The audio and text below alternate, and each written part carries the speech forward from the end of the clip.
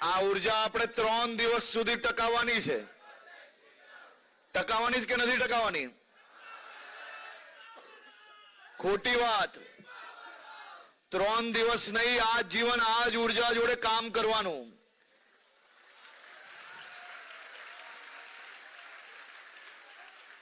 હું હંમેશા કહેતો હોઉં છું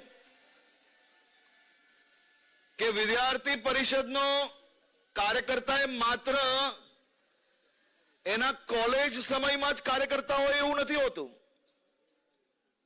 એકવાર વિદ્યાર્થી કાર્યકર્તા બન્યા, એકવાર વિદ્યાર્થી નેતા બન્યા એટલે આજીવન તમે વિદ્યાર્થી નેતા રહેવાના જ છો.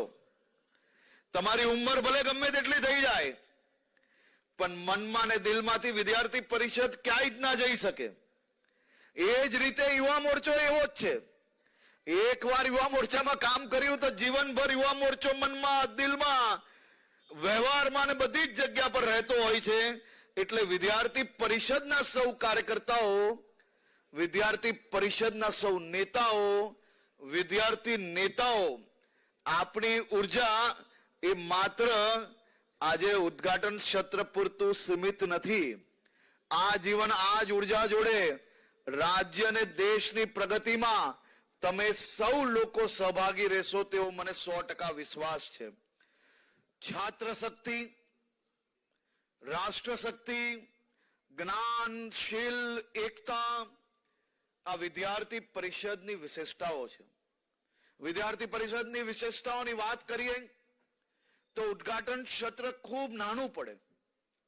ઉદ્ઘાટન સત્ર જોડે જોડે 3 દિવસની તમારું અધિવેશનના બધા જ સત્રમાં એક એક વિશેષતાઓની વાત કરીએ ને તો એ 3 દિવસના અધિવેશનમાં વિદ્યાર્થી પરિષદની વિશેષતાઓની વાત આપણે ના કરી શકીએ. તેવા વિદ્યાર્થી પરિષદના સૌ કાર્યકર્તાઓને હું આજે અભિનંદન આપું છું. આનંદની આ પાવન વિદ્યાનગરીમાં જેમ ફારૂકભાઈએ કહ્યું, મારી પહેલાના વક્તાઓએ કહ્યું, આ ધરતીમાં એક અલગ જ ખમીરતા છે.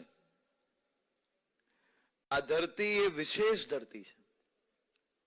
આ ધરતી આ દેશને, આ રાજ્યને કેટલું આપ્યું છે તેનો અંદાજો આપ સૌ લોકોને ખૂબ સારી રીતે છે. જ્યાં સરદાર સાહેબની ખુમારી બી હોય અને જ્યાં શ્વેત કાંતરીની સુગંધ બી ભલેલી હોય, આ અંદાજો કરો કે આ ધરતી પર આ 57મું અધિવેશન એ તમને સૌ લોકોને કેટલી મોટી ઉર્જા બી આપશે અને કેટલી મોટી પ્રેરણા બી આપશે કે જે ધરતીમાં સરદાર સાહેબનું ખમીરતા છે, જે ધરતીએ આ દેશને શ્વેત ક્રાંતિ આપી છે, એવી ધરતી, એવા આનંદમાં આજે આવીને મને બી ખૂબ આનંદ થાય છે. મંચ પર ઉપસ્થિત આજે સૌ મહાનુભાવો પોતપોતાના વિચારો મૂક્યા છે. ઘણા લોકોએ ભવિષ્યની, ભૂતકાળની વાતો કરી, પરંતુ હું મારા યુવાન સાથીઓ જોડે માત્ર 2 મિનિટ ચર્ચા કરવા માંગુ છું. અને આ ચર્ચા એ ભાષણ નથી. મારે અહીંયા બેઠેલા સૌ યુવાનો પાસે અમુક માહિતી જોઈએ છે.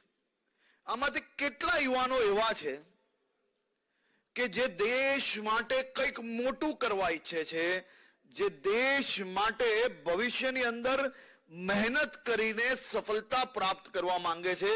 આમાંથી કેટલા યુવાનો એવા છે જે રાત દિવસ મહેનત કરીને સફળતા પ્રાપ્ત કરવા માંગે છે, અને આમાંથી કેટલા યુવાનો એવા છે કે જેને જીવનમાં આ બધું જ કરવા માટે સપનું જોયું હોય. એવા લોકો 2 હાથ ઊંચા કરે.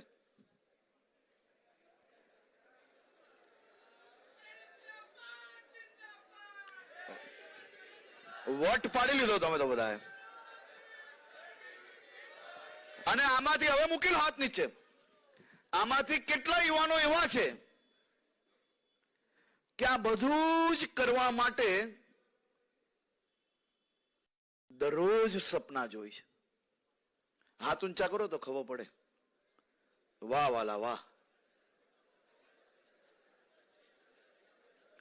અને આમાંથી કેટલા યુવાનો એવા છે જે દરરોજ સવારે આ સપના જોઈ છે, સાંજે મિત્રોને મળીને કોલેજની કેન્ટીનમાં ચા પીતા પીતા અડધી રાત્રે જોયેલું સપનું સવારથી બપોર ને બપોરથી સાંજ પડતા પડતા સપનું આપણે ભૂલી ગયા, બીજી રાત્રે નવા સપનાની તૈયારી કરવા માંડ્યા હોય એવા લોકો હાથ ઊંચા કરે. આ બે મર્દના દીકરા વટ પાડી લીધો ભાઈ.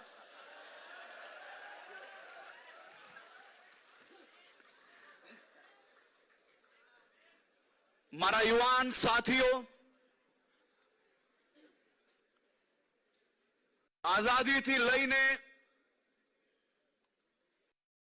2026 સુધી અને આઝાદીની પહેલા બી વર્ષો સુધી આ દેશની સંસ્કૃતિ, આ દેશના યુવાનો નું ભવિષ્ય ઉજ્જવલ થાય, આ દેશના તમામ ક્ષેત્રનું ભવિષ્ય ઉજ્જવલ થાય તે માટે મારા અને તમારા આ વડવાઓએ એમનું આખું જીવન ખપાવી લીધું. વિદ્યાર્થી પરિષદ જેવા દેશભક્ત સંસ્થાઓ દ્વારા હજારો લાખો લોકોએ પોતાનું આખું જીવન એ છાત્રનું ભવિષ્ય ઉજ્જવલ બને તે માટે પૂર્ણકાલીન તરીકે કામ કરતા કરતા હજારો લોકોએ પોતાનું જીવન એ વિદ્યાર્થી પરિષદ અને દેશ માટે ખપાવી લીધું છે. ત્યારે આપણે સૌ જવાબદાર યુવાન નેતાઓ આપણે જે સપનું જોયું ને એ સાકાર કરવાની હિંમત ધરાવતા કાર્યકર્તાઓ છે. અને એ સપનું ત્યારે જ સાકાર થશે જ્યારે આપણે સૌ લોકો અથાગ મહેનત અને પ્રયત્ન કરશું. અને મને વિશ્વાસ છે કે મારા યુવાન સાથીઓ જે દેશના હિતમાં, રાજ્યના હિતમાં, છાત્રોના હિતમાં આ યુવાન કાળની અંદર જ્યારે મિત્રો એકબીજા જોડે શનિ રવિએ ફરવા જતા હોય ત્યારે તમે સૌ લોકો એ શનિ રવિનો ઉપયોગ કરીને રાષ્ટ્રભક્તિમાં જ્યારે વાપરતા હો એવા યુવાન મિત્રોને મારે આજે અપીલ છે કે આ સપનું જોયું છે ને સાકાર બી કરવાનું છે આપણે સૌએ. અને સપનું 100% સાકાર થશે.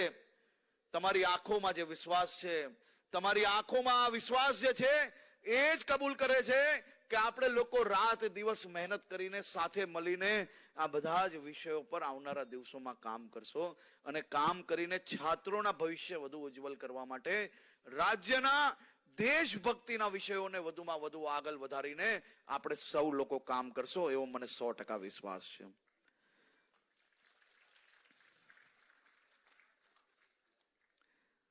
મારા મિત્રએ કહ્યું કે ઘટમાં ઘોડા થનગને, બધાએ તાલીઓ બી વગાડેલી હતી કે ઘટમાં ઘોડા થનગને આતમ વિંજે પાંખ, અનદિથેલી ભૂમ પર યૌવન માંડે આંખ. તમારા હૃદયમાં કઈક કરી છૂટવાનો જે થનગાટ છે ને એનો મતલબ છે ઘટમાં ઘોડા થનગને. તમારી આત્મા જે ઊંચી ઉડાન ભરવા માંગે છે ને એનો મતલબ છે આતમ વિંજે પાંખ. અને દુનિયાએ હજી જે સિદ્ધિઓ જોઈ નથી ત્યાં તમે પહોંચવા માંગો છો ને એને કહેવાય અનદિથેલી ભોમ. તમારામાં રહેલા આ અદમ્ય સાહસ અને તરવરાટ એ ભારતની સાચી મૂડી છે. આપણે જે સપનાની વાત કરી ને એ સપનાની વાત એનો મતલબ છે કે ઘટમાં ઘોડા થનગને આતમ વિંજે પાંખ, અનદિથેલી ભૂમ પર યૌવન માંડે આંખ. આ મંત્રને આપણે યાદ રાખવાનો છે. આ મંત્રને યાદ રાખીને એની ઉપર ચરિતાર્થ કરવા માટે રાત દિવસ આપણે મહેનત કરવાની છે. જે લોકો આ સંકલ્પને સાકાર કરવા માટે તૈયાર હોય ને એ જ મારી જોડે મા ભારતીનો નારો લગાડજો ભાઈ. ભારત માતા કી. બહેનો તૈયાર નથી લાગતી કે અવાજ પુરુષોનો વધારે આવે છે, યુવાનોનો વધારે આવે છે, યુવતીઓનો નથી આવતો એવું નથી ને. બધી બહેનો જ એક સાથે બોલશે ભારત માતા કી, ભારત માતા કી. રાણી લક્ષ્મીબાઈ નું રૂપ છે ભાઈ બધા. આપણા યશસ્વી વડાપ્રધાન શ્રી નરેન્દ્રભાઈ મોદીએ લાલ કિલ્લા પરથી દેશને એક સ્વપ્ન અને સંકલ્પ આપ્યો છે, વિકસિત ભારત 2047. અને આ વિકસિત ભારત 2047ના સંકલ્પને સાકાર કરવાની જવાબદારી એ આપણા સૌ લોકોની છે. આ સંકલ્પના માત્ર સૂત્રોચ્ચારથી પૂરો નહીં થાય. તેના માટે આપણે રચનાત્મક પ્રવૃત્તિઓ, કન્સ્ટ્રક્ટિવ એક્ટિવિટીઝ તરફ વળવું પડશે. વિદ્યાર્થી પરિષદના કાર્યકરો હવે માત્ર કેમ્પસની સમસ્યાઓ પૂરતું જ સીમિત ના રહેતા, કેમ્પસની સમસ્યાઓના માધ્યમથી કેમ્પસના યુવાનોના સાથ અને સહકારને લઈને કેમ નહીં આપણે પર્યાવરણની રક્ષા માટે કંઈક ઐતિહાસિક કાર્ય કરી શકીએ. વૃક્ષારોપણ અને જલ સંચય અભિયાનને આપણે કેમ આગળ ના વધારી શકીએ. સામાજિક સમરસતા માટે વંચિત અને પછાત વિસ્તારોમાં જઈને શિક્ષણની જ્યોત જગાવવી એ આપણે કાર્ય ખૂબ સારી રીતે કરી જ રહ્યા છે. એને વધુ મજબૂત કરવા માટે આપણે સૌ લોકો સાથે મળીને આગળ વધીએ. ઇનોવેશનમાં આપણી કોલેજમાં ભણતા વિદ્યાર્થીઓ જે સ્ટાર્ટઅપ અને ટેકનોલોજી દ્વારા સ્થાનિક સમસ્યાઓ ઉકેલ લાવવા માટે સક્ષમ છે, એવા યુવાનોને રાજ્ય સરકાર, કેન્દ્ર સરકારની અનેક યોજનાઓનો લાભ અપાવવા માટે વિદ્યાર્થી પરિષદ કેમ આગળ ના આવી શકે. હાલમાં બી આપણે કામ કરી રહ્યા છે. આ કામને વધુ ગતિ મળે તે માટે વિદ્યાર્થી પરિષદના કાર્યકર્તાઓ જોડે જરૂરથી રાજ્ય સરકારના તમામ વિભાગો દ્વારા સંકલન કરીને આવા યુવાનો, જે યુવાનોમાં સ્ટાર્ટઅપની સ્કિલ છે, ઇનોવેશનની સ્કિલ છે, એવા યુવાનોને આપણે રાજ્ય સરકાર જોડે જોડીને વિવિધ યોજનાઓ અપાવીને રાજ્ય અને દેશની અંદર ઇનોવેશનની મિસાલને આગળ વધારીએ. આવા રચનાત્મક કાર્યો વિકસિત ભારતની આપણી ગતિને વધુ ઝડપથી આગળ વધારશે. મિત્રો, આપણે કોના વારસદાર છીએ આપણે જરૂરથી યાદ રાખવું જોઈએ. આ દેશના અનેક આઝાદીના લડવૈયાઓ, આપણા વિચારધારા, આપણી મૂળ સંસ્થાઓ, આપણી મૂળ સંસ્થાઓના સંસ્થાપકો, આ બધા જ લોકોએ પોતાનું જીવન એ દેશ હિતમાં આપી લીધું છે. ત્યારે આપણે આપણા વ્યવહારો, આપણા કાર્ય એ બધા જ આપણા વિચારોને શોભે તે જ પ્રકારે આગળ વધારીએ, તેવી બી હું આપ સૌ લોકોને ખાસ આ પલે કહેવા માંગુ છું. ઘણીવાર રાજકારણમાં, ખૂબ ધ્યાનથી સાંભળજો ભાઈઓ, ઘણીવાર રાજકારણમાં નેતાઓ વચન આપે છે અને ભૂલી જાય છે. તમે સૌ અહીંયા બેઠેલા લોકો ખૂબ ભાગ્યશાળી છો, કારણ કે તમારી ઉંમર જ્યાર તક ગુજરાત સમજવાની આવીને ત્યાર સુધી તમે આ રાજ્યના મુખ્યમંત્રી તરીકે નરેન્દ્રભાઈને જોયા છે. અને તમે ખૂબ ભાગ્યશાળી એટલા માટે છો કે તમે જ્યારથી દેશ સમજતા થયા ને ત્યારથી આ દેશના પ્રધાનમંત્રી નરેન્દ્રભાઈ મોદી છે. અહીંયા ઇતિહાસના જાણકારી ધરાવતા વિદ્યાર્થીઓને હું વિનંતી કરું છું, પહેલાની પરિસ્થિતિઓનો અંદાજો જરૂરથી લેવો, થોડું રિસર્ચ કરજો, એટલે તમને આ વસ્તુ મારી ધ્યાનમાં આવશે કે રાજકારણમાં નેતાઓ જે વચન આપે છે ને એ ભૂલી જાય છે એવી કહાવત હતી, પરંતુ નરેન્દ્રભાઈ આ કહાવત બદલી લીધી. અને મને ગર્વ થાય છે કે અહીંયા બેઠેલા સૌ લોકોની વિચારધારાના એક પછી એક ઐતિહાસિક કામો પૂરા થયા અને આ દેશના વિકાસમાં એ કાર્યો, એ ઐતિહાસિક નિર્ણયો એ આજ સુધી નહીં પરંતુ આવનારા વર્ષો વર્ષ આદિ અનાદિ કાલ સુધી યાદ રાખવામાં આવશે. જમ્મુ કાશ્મીરમાંથી આપણે બધા જ લોકોએ નારા લગાડેલા છે. મેં જમ્મુ કાશ્મીરમાં દંડા ખાધા છે. અહીંયા બધા જ મારા સાથીઓ બેઠા છે. આ બધા જ લોકો અહીંયાથી બી અનેક સાથીઓ બેઠા છે જે જમ્મુ કાશ્મીરમાં તિરંગો લહેરાવા ગયેલા હતા. એ જમ્મુ કાશ્મીરના લાલ ચોક પર તિરંગો લહેરાવવાની બદલે અમને એટલા દંડા મારેલા હતા કે દિલ્હીની ફોર્ટિસ હોસ્પિટલની અંદર અઠવાડિયા સુધી અમને લોકોને દાખલ કરવા પડેલા હતા.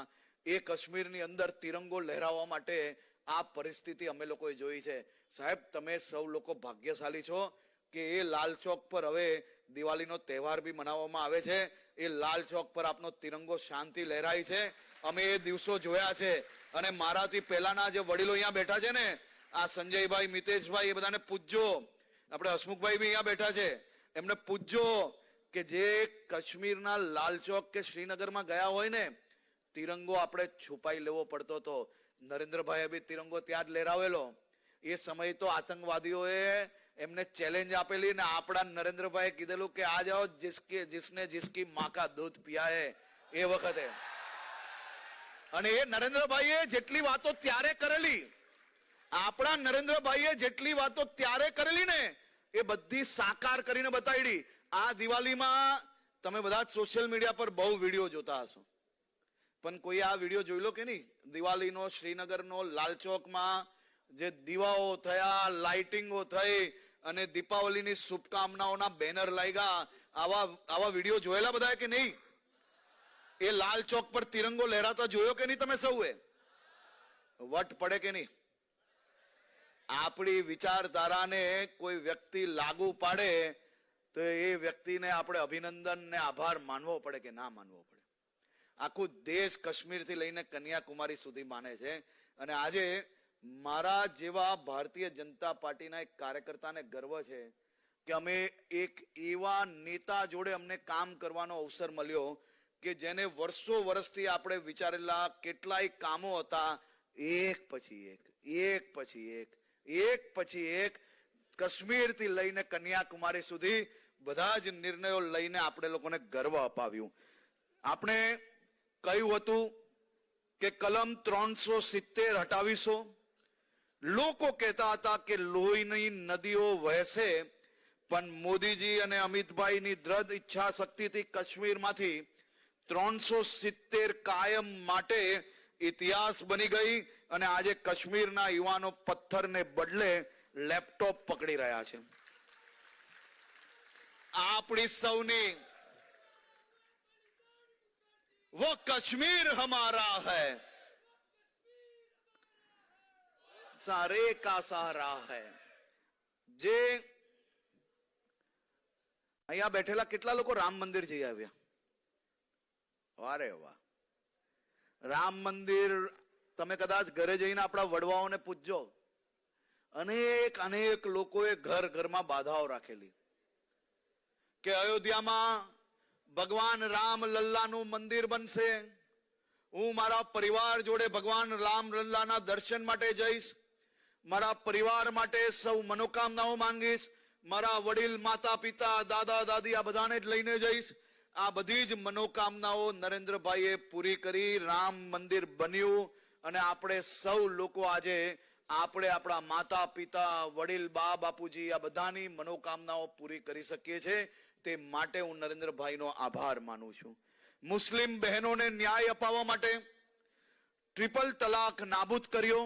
શરણાર્થી હિન્દુ ભાઈ બહેનોને નાગરિકતા આપવા માટે CAA લાવ્યા. આ તમામ વચનો પૂર્ણ કર્યા. હવે આપનું લક્ષ્ય છે વિકસિત ભારત, એક ભારત શ્રેષ્ઠ ભારત અને આત્મનિર્ભર ભારત. અને આ લક્ષ્ય પૂરું કરવાની જવાબદારી એ મારી સામે બેઠેલા મારા સૌ યુવાન સાથીઓની છે. આગામી સપ્તાહ 12મી જાન્યુઆરીએ આપણે સ્વામી વિવેકાનંદની જયંતિ ઉજવવાના છે, જેને આપણે રાષ્ટ્રીય યુવા દિવસ કહીએ છીએ. સ્વામીજી કહેતા હતા કે ઉઠો, જાગો અને ધ્યેય પ્રાપ્તિ સુધી મંડ્યા રહો. તેમને કહ્યું હતું કે મને 100 નચિકેતા એટલે કે સમર્પિત યુવાનો આપો, હું ભારતનું ભાગ્ય બદલી નાખીશ. આજે સ્વામીજી ભલે આપણી વચ્ચે નથી, પણ તેમના વિચારો અમર છે.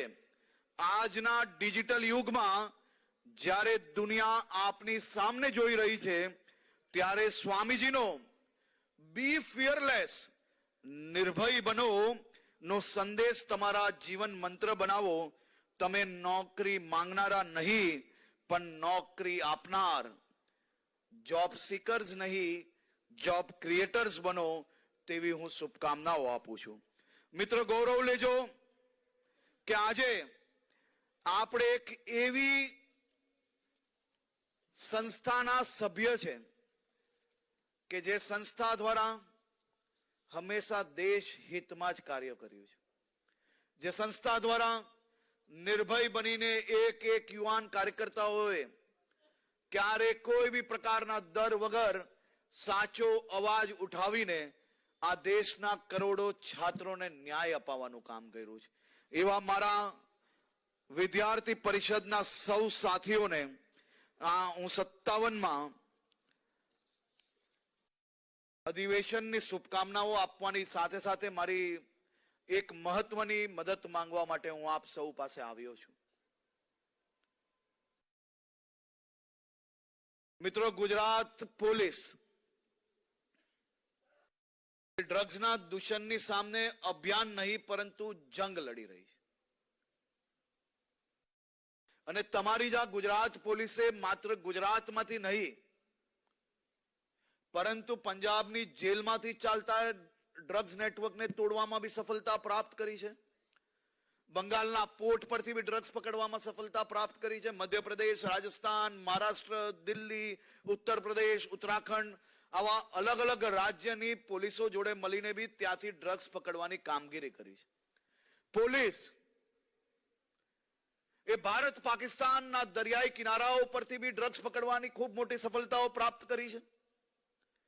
પરંતુ હવે આપણી જંગ એ ગુજરાતની કોઈ બી કોલેજોમાં ડ્રગ્સ ના વેચાય, કોઈ બી તમારા યુવાન સાથીઓ ડ્રગ્સના રવાડે ના ચડે, તે માટે હું આપ સૌ પાસેથી એક મદદ માંગવા આવ્યો છું. આ રાજ્યના હિતમાં હું આપ સૌ પાસેથી એક અપેક્ષા રાખું છું કે તમે સૌ લોકો પોલીસની મદદે આગળ આવો. હું તમને વચન આપું છું કે તમારા યુવાન મિત્રો જે કોલેજની અંદર કોઈ બી પ્રકારે અગર ડ્રગ્સના રવાડે ચડ્યા હશે, હું એક બી ઉપર ડ્રગ્સનો કેસ નહીં થવા લઉં, પરંતુ હું એમના જીવન બદલવા માટે આપ સૌની મદદ માંગવા આવ્યો છું. અમે માત્ર ને માત્ર એની પાસેથી એટલી જ માહિતી લેવા માંગીએ છીએ કે ડ્રગ્સ ક્યાંથી લાવ્યો અને ડ્રગ્સ વેચનારને પકડીને 100% જેલ હવાલે બંધ કરવું એ મારી જવાબદારી છે. અને આ જવાબદારીના ભાગરૂપે હું મારા હજારો સાથીઓ પાસે રાજ્યના હિતમાં આટલી મદદ માંગવા આવ્યો છું. આપણે સૌ સાથે મળીને કોઈ આપણો યુવાન સાથી ડ્રગ્સના રવાડે ચડ્યો હોય તો એને બહાર લાવવા માટે આપણે શું કરીશું? આપણે એને 75 દિવસ સુધી અલગ અલગ માધ્યમથી ડોક્ટરો સાથે રાખીને ડ્રગ્સમાંથી તો મુક્તિ અપાવશો જ, પરંતુ એને જે લોકોએ ડ્રગ્સના દૂષણમાં નાખ્યો હોય એવા એક એક લોકોને સીધી ચાલ નહીં ચાલવા લઉં ને એ વચન આપવા આવ્યો છું. મને વિશ્વાસ છે કે તમે સૌ લોકો જે કેમ્પસની અંદર કાર્ય કરી રહ્યા હશો એ કેમ્પસમાંથી આ દૂષણ અગર હશે તો એને સાફ કરવામાં મદદ કરશો. આખા રાજ્યમાં 27 ડિસેમ્બરથી આજ સુધી કેમ્પસની અંદર 5000 થી વધારે ટેસ્ટ કર્યા. 3 લોકો પોઝિટિવ આવ્યા. એ 3 લોકો પાસેથી માહિતી લઈને 4 ડ્રગ્સ વેચનાર લોકોને પકડ્યા. પણ જો તમારા સૌનો સહયોગ મળશે તો આ 4 ની બદલે 40 દિવસની અંદર આપણે આ ડ્રગ્સનો વેપલો કરતા એક એક દૂષણખોરોને જેલની હવાલે બંધ કરવામાં સફળતા પ્રાપ્ત થશે. 2022 થી આજ સુધી આ 75 પાકિસ્તાનીઓને જેલમાં બંધ કરવામાં સફળતા પ્રાપ્ત કરનાર ગુજરાત પોલીસને અમારા સૌ યુવાન સાથીઓથી બી અભિનંદન આપું છું. તમારા સૌ પાસેથી અપેક્ષા રાખું છું કે અભિયાન નહીં જંગમાં એક કાર્યકર્તા તરીકે નહીં પરંતુ આ રાજ્યના ફૌજી તરીકે મારા યુવાન સાથીઓ આપની મદદ માંગવા આવ્યો છું. તમે મદદ આપશો કે નહીં? જે લોકોને લાગે જોરથી હાથ ઊંચા કરે જરાક મજબૂતાઈથી. જે બહેનોને બી લાગતું હોય કે આની સામે જંગ લડવી જોઈએ, આની સામે રાજનીતિ કરનાર એક એક લોકોને જવાબ આપવો જોઈએ. આ રાજનીતિનો વિષય નથી, આ સામાજિક વિષય છે. અને જે લોકોને લાગતું હોય કે સામાજિક વિષયમાં મદદ કરવી છે એ બધા જ લોકો મારી જોડે મા ભારતીનો નારો લગાડે. ભારત માતા કી, ભારત માતા કી. આપ સૌ લોકોનો ફરી એકવાર ખૂબ ખૂબ આભાર. Thank you.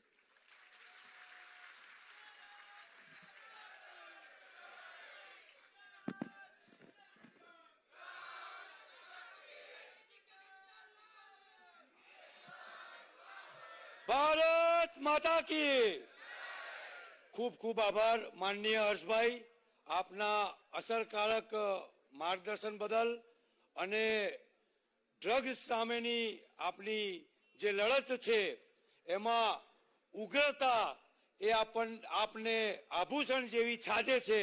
આ જ રીતે ઉગ્રતાથી આપ ડ્રગ્સ સામે લડત લડજો. ગુજરાતની છાત્ર શક્તિ આપની સાથે છે. એ વિશ્વાસ સાથે હું આપણા વિદ્યાર્થી પરિષદના નગર મંત્રી ભાવસંગ ભરવાડજીને વિનંતી કરું કે તેઓ આભાર વિધિ માટે અહીં ઉપસ્થિત થાય.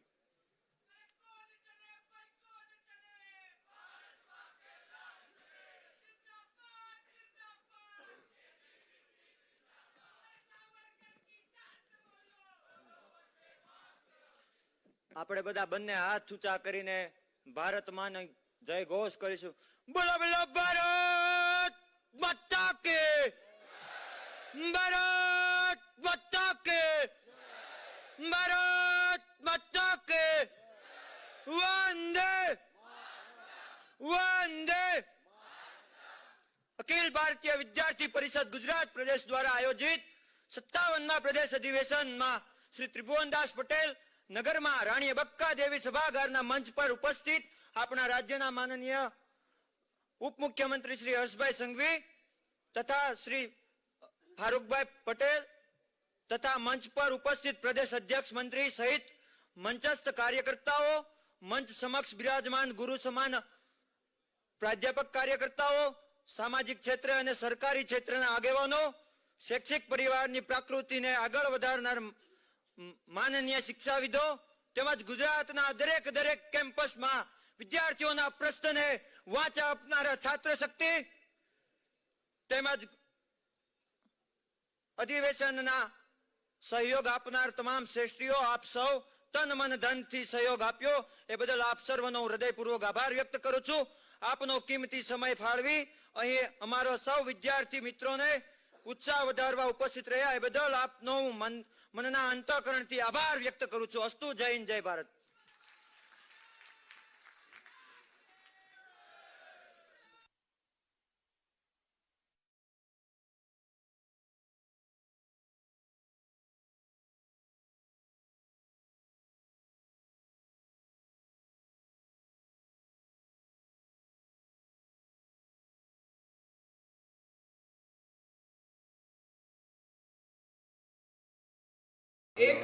એક થી 2:30 સુધી ભોજન રહેશે. ભોજન વિતરણની વ્યવસ્થા કર્ણાવતી વિભાગ અને જૂનાગઢ વિભાગની રહેશે. 2:30 કલાકે ચા રહેશે. આગામી સત્ર 3 કલાકે પ્રસ્તાવ સત્ર 1 રહેશે જે મુખ્ય સભાગારમાં રહેશે. દરેક પ્રતિનિધિએ પોતાના વિભાગ સહ બેસવાનું રહેશે. ભોજનમાં 0% ફૂડ વેસ્ટનું પાલન કરીશું જેની દરેક પ્રતિનિધિઓએ નોંધ લેવી. આ સત્ર